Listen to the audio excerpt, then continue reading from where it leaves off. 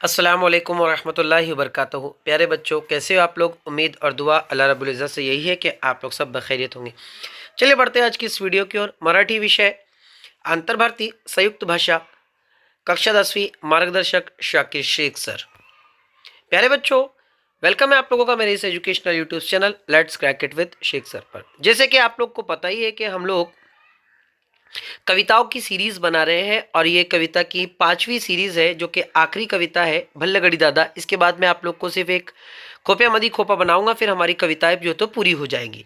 ठीक, तो वेलकम है प्यारे बच्चों आप लोगों का मेरे इस educational YouTube channel let's crack it with Shaikh sir पर। प्यारे बच्चों, जो भी इस चैनल पर नए हैं, चैनल को सब्सक्राइब जरूर कर लीजिए, वीडियो को लाइक करें और इसकी लिंक आपके दोस्तों तक जरूर पहुंचाएं ताकि वो इससे फायदा जरूर उठा सके। साथ ही साथ चैट बॉक्स में ज़रूर लिखिए कि आप लोग को ये सीरीज़ पूरी की पूरी कैसी लगी और आपको कितना फ़ायदेमंद जो तो साबित हुई, ताकि मुझे और भी आगे वीडियोस जो तो बनाने में आसानी हो। साथ ही साथ आप लोग को कौन से वीडियोस पे, टॉपिक्स पर वीडियोस चाहिए तो आप लोग वो भी लिख सकते हैं। 9975349242 ये मेरा नंबर है, आप लोग मैसेज भी कर सकते हो। देखिए, हम लोग जो तो मराठी देखने वाले हैं। ये हमारी टेक्स्ट बुक का फ्रंट पेज है, जिसे हम लोग सरेवरक कहते हैं। ये हमारी अनुक्रमणिका का है, फर्स्ट टर्म, इट मीन्स पहला विभाग और दूसरा विभाग। इसकी आखिरी कविता जो तो हम लोग देखने वाले हैं, भल्लगड़ी दादा। कवि का नाम है शायर कुंदन कामड़े। ठीक, पहले कविता के ऊपर सवालात कैसे पूछे जाएंगे? 2 मार्क्स के लिए आकृति पूर्ण करा और 2 मार्क्स के लिए सरल ओडिचा अर्थ लिया। यानी एक कविता आप लोगों को 4 मार्क्स के लिए पूछी जाएंगी, मोस्ट इंपॉर्टेंट है। आइए कविता देख लेते हैं। कविता देख लीजिए। आली रे आली, आली रे आली, सुगी आली, मेघ राजा ने कृपा केली रे, हे भल्लगडी दादा, भल्लमण दादा, काळ्या मातीला हिरवा सुगंध, या गंधात सारेच धुंद, नवनवतीचा साज हा ल्याली रे, नटले घरदार शिवार सारे, खेडे अंगणी सळसळते वारे, बहु आनंदाने धरती नहाली रे। आगे देख लीजिए। 2 हाताची किमिया ही सारी, साथीला बैल माझे किल्लारी, केली दैवाने दौलत हवाली रे, काय कमतरता कोणाला आज, धनी आम्हीच आमचे हे राजे, सान थोरांची चंगल उड़ाली रे। ठीक, तो ये थी हमारी कविता। आइए हम लोग इसको समझ लेते हैं। देखिए, आली रे आली, आली रे आली, सुगी आली। अब सुगी क्या है? सुगी कहा जाता है हंगाम का दौर। हंगाम का दौर का मतलब होता है फसलों की कटाई का या फसलों का मौसम। तो आया है फसलों का मौसम आया है। मेघ राजा ने कृपा के लिए, मेघ राजा का मतलब होता है बारिश बरसाने वाले बादल। तो बारिश बरसाने वाले जो बादल है, उन्होंने कृपा का मतलब होता है मेहरबानी, एहसान। तो उन्होंने एहसान हम पर जो तो किया है।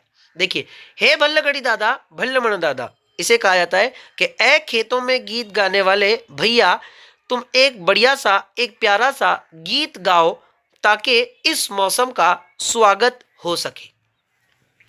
दूसरी पंक्ति देखिए। काळ्या मातीला हिरवा सुगंध, या गंधात सारेच धुंद।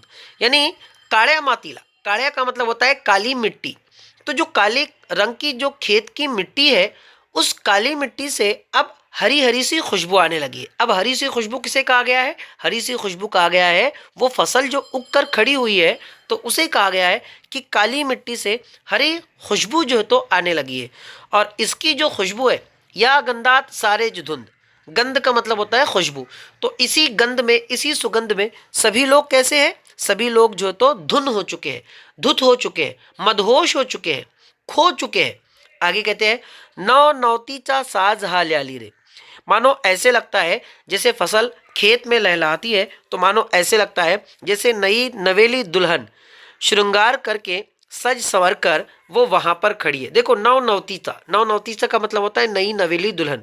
साज हा ल्याली रे, साज का मतलब होता है सजना, तो ल्याली रे मतलब ये नई नवेली दुल्हन की तरह सज कर जो तो संवर कर खड़ी हो चुकी है। कौन? खेत की फसल। आगे देखो, आगे कहते हैं, नटले घरदार शिवार सारे। नटले का मतलब होता है सज। तो सज गए हैं सारे के सारे घर और इलाका सारा के सारा जो है तो सज चुका है। खेड़े अंगनी सड़सड़ते वारे, यानी आंगन के अंदर जो हवाएं सरसराहट की आवाज होती है, तो मानो ऐसे लगता है जैसे हवाएं यहाँ पर खेलती है। बहु आनंदा ने धरती नहाली रे। बहु का मतलब होता है बहुत। तो ये जो धरती है, धरती का मतलब होता है जमीन। तो ये जो जमीन है, ये जो धरती है, जो धरणी है, ये जो भूमि है, ये जो पृथ्वी है, तो ये जमीन बहुत खुशी के साथ घुसल कर चुकी है, नहा चुकी है। आगे देख लीजिए। दोन हाताची किमिया ही सारी, साथीला बैल माजे खिल्लारी, केली दैवाने दौलत हवाली रे।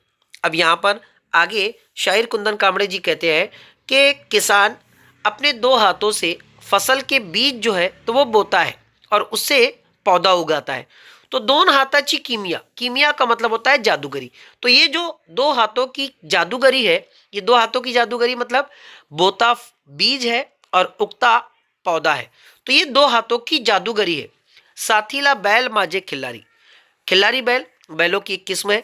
तो साथीला, साथीला का मतलब होता है साथ देने के लिए, यानी मेरा साथ देने के लिए जो मेरे खिल्लारी बैल है वो मेरे साथ मौजूद है।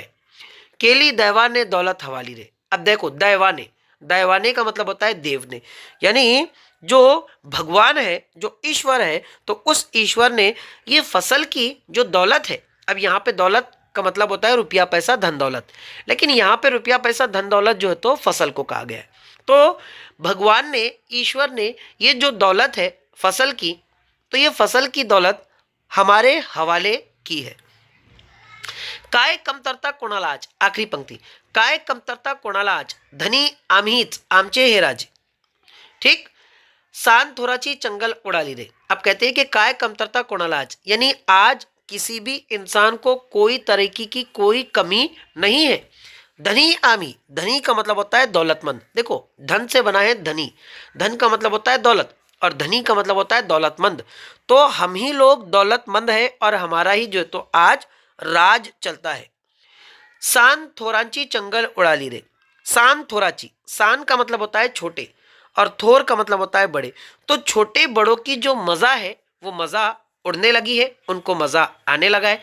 एक्चुअल में अगर देखा जाए तो यहाँ पर ये चंगल उड़ने, ये चंगल उड़ने आप लोगों का वाक प्रचार है। वाक प्रचार आप लोगों को 2 मार्क्स के लिए जो तो पूछा जाता है, आप लोग याद कर लीजिए। वाक प्रचार, सॉरी वाक प्रचार, तो ये वाक प्रचार आप लोगों का 2 मार्क्स के लिए पूछा जाता है। तो गाइस प्यारे बच्चों, मैं समझता हूँ कि कविता आप लोग को समझ में आई होंगी। दुआ का तालिब, शाकिर शेख सर। मिलते हैं अगले वीडियो में, तब तक के लिए अल्लाह हाफिज़।